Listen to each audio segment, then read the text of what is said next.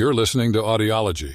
Support our work on Patreon and be sure to submit your requests for topics in the comments below. Between 1896 and 1932 in the United States, there was a political landscape known as the Fourth Party System, where the Republican Party was pretty much in charge. This period only saw a difference in 1912, when the Democrats managed to snag the White House and held on to it for 8 years. When we talk about this time in U.S. history, it's often referred to as the Progressive Era.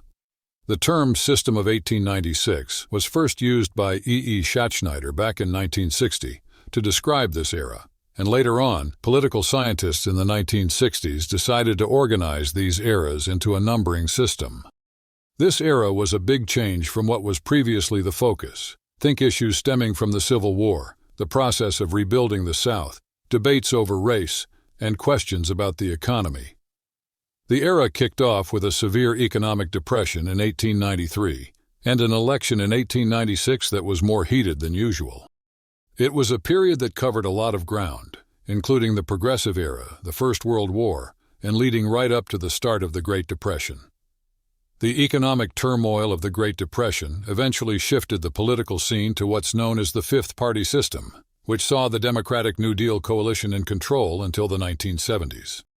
The issues at the heart of domestic politics during this time included how railroads and big companies were regulated, the debate over whether to base the economy on gold or silver, tariffs, the role of labor unions, child labor, the need for a revamped banking system, fixing corruption within politics, the push for primary elections, introducing the federal income tax, how senators were elected, tackling racial segregation, making the government more efficient, getting women the right to vote, and managing immigration. On the international stage, the focus was on the Spanish-American War in 1898, imperialism, the Mexican Revolution, World War I, and the push to create the League of Nations.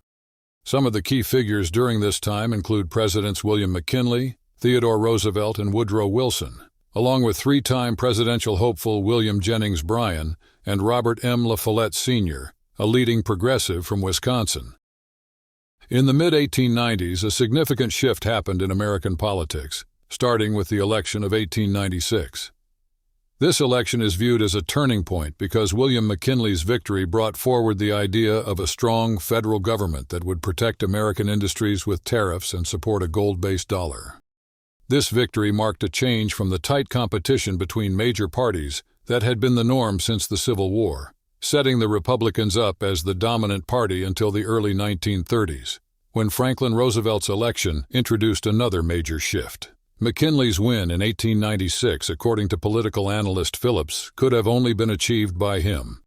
He believed that McKinley was the only Republican candidate who could have beaten William Jennings Bryan, because other candidates from the East wouldn't have appealed to the crucial Midwest voters the way McKinley did. Despite Bryan's popularity in rural areas, McKinley won over the rapidly industrializing and urbanizing America. The 1896 win against Bryan's Democrats was a tight one for the Republicans, but their victory in 1900 was by a far larger margin, leading to a period of prosperity and sweeping away many of the old political disputes and figures. While many voter groups remained the same, the Republicans managed to strengthen their position in the industrial Northeast and make gains in the border states, paving the way for the progressive movement to start implementing its agenda for change. This era also saw a change in generational leadership as Civil War veterans passed on the torch to younger leaders more focused on social justice and addressing the inequalities brought about by industrial capitalism. This shift allowed the Democratic Party, which had been sidelined nationally since the Civil War, to regain traction, especially with new immigrant voters. The presidency of Woodrow Wilson marked a new era for Democrats free from the legacy of slavery and secession. On the other hand, after a brief dalliance with progressive policies under Theodore Roosevelt, the Republican Party reaffirmed its commitment to big business and a laissez-faire economic policy. The concept of protection served as the ideological glue that united the Republican coalition. Republicans implemented high tariffs, pledging increased sales for businesses, higher wages for industrial workers, and boosted demand for crops from farmers. However, progressive insurgents criticized it for encouraging monopolies, while Democrats labeled it a tax burden on the everyday person. This policy found its strongest support in the Northeast but faced significant resistance in the South and West. The Midwest emerged as a key battleground. The intense conflict surrounding the High Payne-Aldrich Tariff Act in 1910 caused a major rift within the Republican Party, paving the way for a political shift in favor of the Democrats. Worried about how campaign funding was changing the rules of the political game, the progressives, with the help of investigative journalists known as muckrakers, started digging into the shady connections between political leaders and big businesses. To counter the influence of these party bosses, new regulations and changes to the Constitution were introduced, such as primary elections and the direct election of senators. Theodore Roosevelt also shared the concern over the growing influence of businesses on government policies. When William Howard Taft seemed too close to pro-business groups, especially on tariffs and conservation, Roosevelt could not stand by him or their party any longer. In 1912, he tried to become president again, leading a new Bull Moose Progressive Party, but this move ended up splitting their base and led to Woodrow Wilson winning the presidency. This split also allowed pro-business conservatives to take over the Republican Party, leading to the election of Warren G. Harding, Calvin Coolidge, and eventually Herbert Hoover in 1928, who was the last president before a major political shift. Interestingly, within the Democratic Party, many progressives were supporters of labor unions, which became key parts of the party's base in what is known as the Fifth Party system. But unlike in Western Europe, the United States never saw the rise of a separate labor party, which has puzzled historians. The optimism of the nation took a major hit with the Great Depression starting in 1929, dramatically affecting the Republican Party's appeal. The 1928 election, in which Al Smith was the Democratic candidate, marked the beginning of a significant shift in voter support toward the Democrats, especially among ethnic minorities and city dwellers.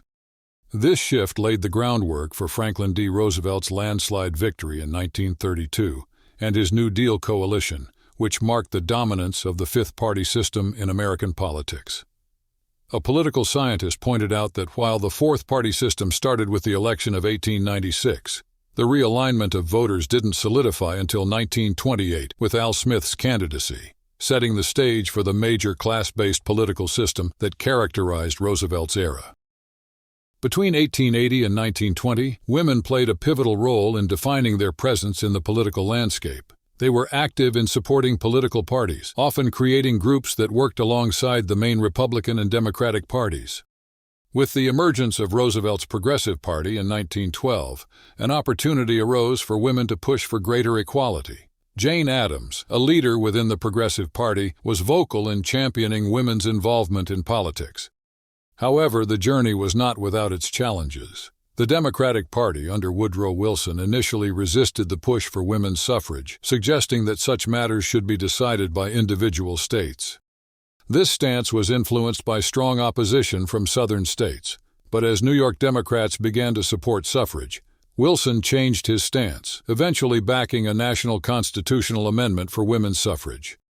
This amendment was successfully passed in 1920, thanks in part to support from Tennessee, marking a significant victory for women. Women's contributions on the home front during World War I played a crucial role in rallying support for their right to vote and diluting opposition. Although the Progressive Party did not win in 1912, women's involvement in politics didn't wane. They continued to form auxiliary groups within major political parties even after 1920, continuously fighting for inclusion and influence.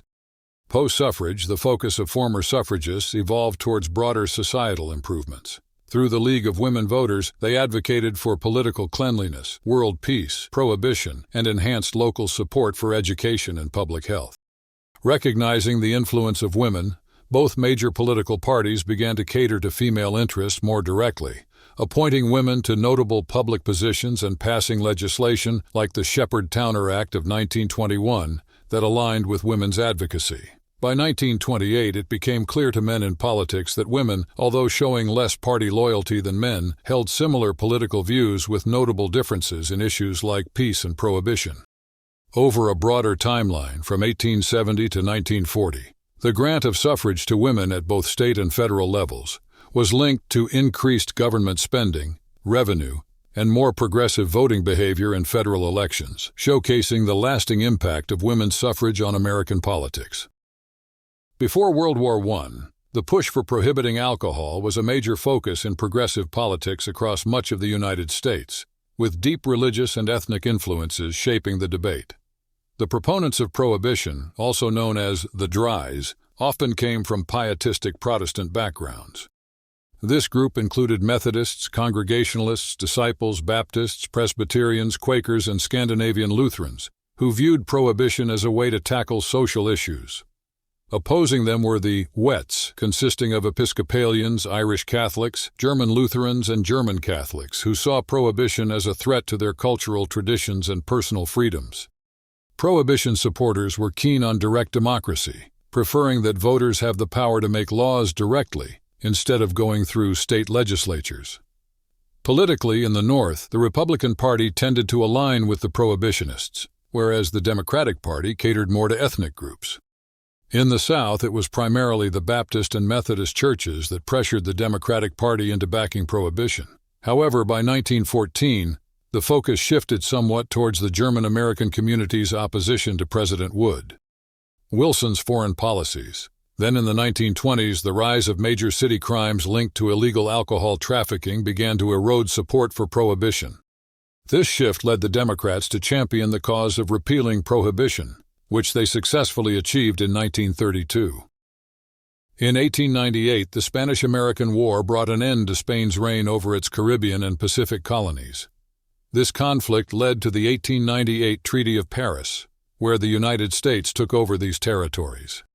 One hot topic during the 1900 presidential campaign was whether the United States should permanently keep the Philippines. William Jennings Bryan, despite supporting the war against Spain, opposed this idea. On the other hand, Republicans with Theodore Roosevelt as their vice presidential candidate strongly supported it.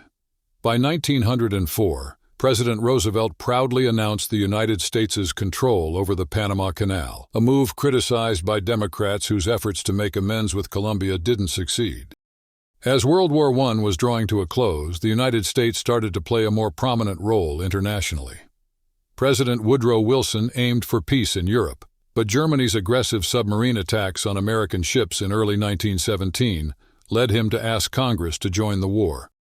Wilson focused more on diplomacy and financial strategies rather than military ones. At home, he introduced the first effective draft in 1917, funded the war effort through Liberty loans, taxed the wealthy, and took significant steps to control the economy for the war effort, including promoting labor unions, managing food production, and taking over the railroads while sidelining anti-war movements.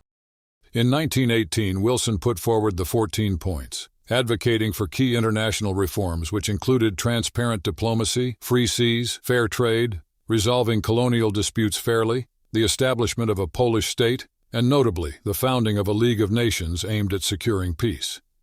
However, this last proposal faced strong Republican opposition, and despite Wilson's efforts, the United States never joined the League, reflecting a broader disinterest among voters in 1920. The 1920s, or the Roaring Twenties, were known for several international issues, including the reparations Germany owed to France and Great Britain. The United States stepped in to help mediate these disputes, leading to the Dawes Plan in 1924 and the Young Plan in 1929, which aimed to solve the conflicts over these financial reparations. Thanks for watching. Share your thoughts in the comments and subscribe for more content.